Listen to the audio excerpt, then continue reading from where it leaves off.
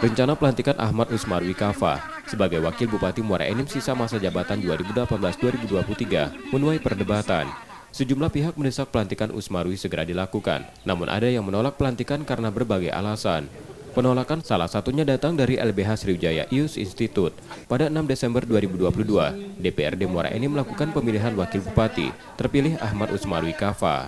LBH Sriwijaya menilai pemilihan wakil bupati melalui mekanisme pemilihan di DPRD hanya bisa dilakukan bila sisa masa jabatan wakil bupati lebih dari 18 bulan terhitung sejak terjadinya kekosongan jabatan.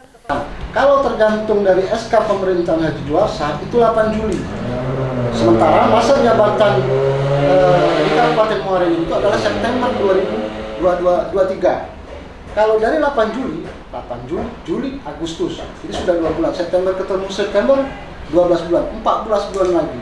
14 bulan lagi berdasarkan pasal 174 ayat 7 ini sudah tidak bisa lagi dilakukan pemilihan baik itu bupati maupun wakil bupati.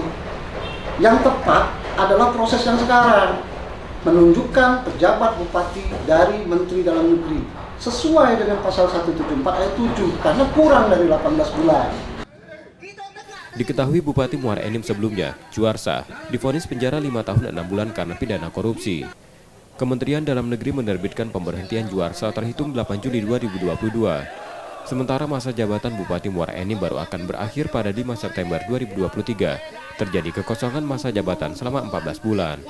LBH Sriwijaya meminta Gubernur Sumsel untuk menunggu proses gugatan di PT UN. Emriski Nurmizan, Kompas TV, Palembang, Sumatera Selatan.